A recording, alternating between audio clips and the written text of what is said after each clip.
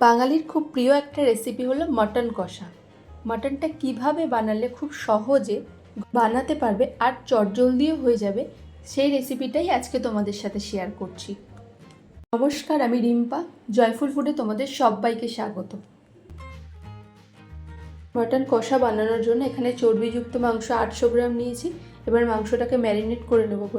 তার জন্য প্রথমেই দিয়ে দিলাম পরিমাণ অনুযায়ী নুন, দিয়ে দেবো ঘরোয়া কয়েকটা গুঁড়ো মশলা। প্রথমেই দিলাম হাফ চামচ হলুদ গুঁড়ো, তার সাথে হাফ চামচ লঙ্কার গুঁড়ো, আর দিয়ে দিলাম হাফ চামচ গোলমরিচের গুঁড়ো।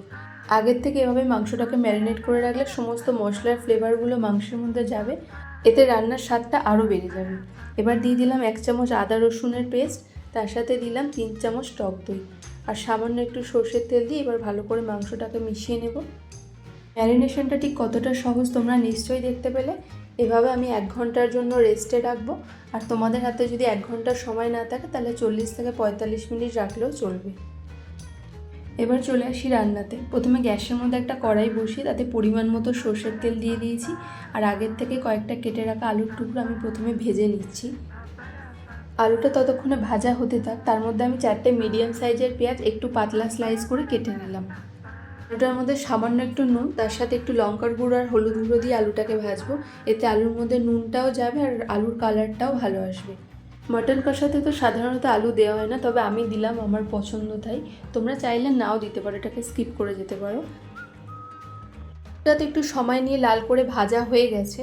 এবার ওই একই তেলটার মধ্যে 2টো তেজপাতা আর কয়েকটা ফোড়নে দিলাম গরম মশলা। গরম মশলার মধ্যে দিলাম 4টে ছোট এলাচ, 3-4টে লবঙ্গ আর 2-3টে টুকরো দারচিনি। ভালো করে ফোড়নটা ভাজা হয়ে গেলে আগের থেকে স্লাইস করে কেটে রাখা পেঁয়াজের টুকরোগুলোকেও দিয়ে দিলাম। পেঁয়াজটা ভাজতে ভাজতে যখনই ঠিক এরকম সোনালি রঙটা ধরতে শুরু করেছে তখন দিলাম 1 চামচ আদা রসুনের পেস্ট। আবারও একবার মশলাটাকে ভালো করে মিশিয়ে নিই। পরিমাণ অনুযায়ী নুন দিয়ে দিলাম, তার সাথে দিলাম গুঁড়ো মশলাগুলো, হলুদ গুঁড়ো, লঙ্কার গুঁড়ো, ধনের গুঁড়ো আর জিরের গুঁড়ো। তো আগে মাটনের পরিমাণ অনুযায়ী ম্যারিনেট করার সময় দিয়েছিলাম, এখন একটু কম পরিমাণে দিলাম মশলার পরিমাণটা অনুযায়ী। এভাবে কষাতে থাকবো। কালারটা যখনই এরকম চেঞ্জ হয়ে আসবে আগের থেকে ম্যারিনেট করা মাটনটাকে এবার অ্যাড করে দিলাম। এই পর্যায়ে মাটনটার মধ্যে আর কোনো রকমের গুঁড়ো মশলা দেওয়ার দরকার নেই। এবার মাটনটাকে কষাতে থাকতে হবে সময় নিয়ে। এভাবে মাটনটাকে যতই কষাতে থাকবো মাটনের টেস্ট ও কালার দুটোই খুব ভালো আসবে।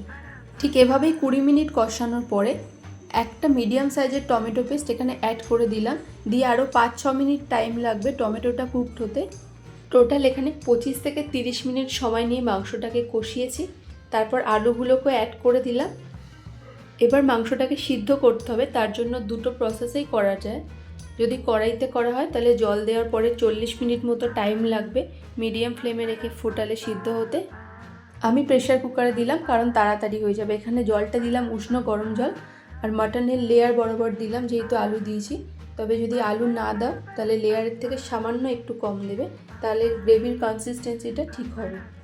প্রেশার কুকারে 4টে সিটি দেওয়ার পরে পুরো প্রেশারটা রিলিজ হয়ে যাওয়ার পরেই ঢাকনাটা খুলেছি। আবার একবার গ্যাসটা অন করে নিলাম। এবার ওপর থেকে 2টো কাঁচা লঙ্কা কুচি আর সামান্য একটু গরম মশলা গুঁড়ো দিয়ে আরও 5 মিনিট সময় নিয়ে ফুটিয়ে গ্যাস বন্ধ করে দেব। আর মাংসটাকেও দেখে নিলাম, খুব ভালোভাবেই সিদ্ধ হয়ে গেছে। তৈরি হয়ে গেল আমাদের মাটন কষা। আমি তো সার্ভ করছি রাইসের সাথে, তবে রুটি পরোটার সাথেও কিন্তু দারুণ জমে যাবে এই রেসিপিটা। আর তোমাদের কেমন লাগলো একটা কমেন্ট করে নিশ্চয়ই জানিও। ভালো লাগলে একটা লাইক করে দিও। পুরো ভিডিওটা শেষ অবধি দেখার জন্য ধন্যবাদ।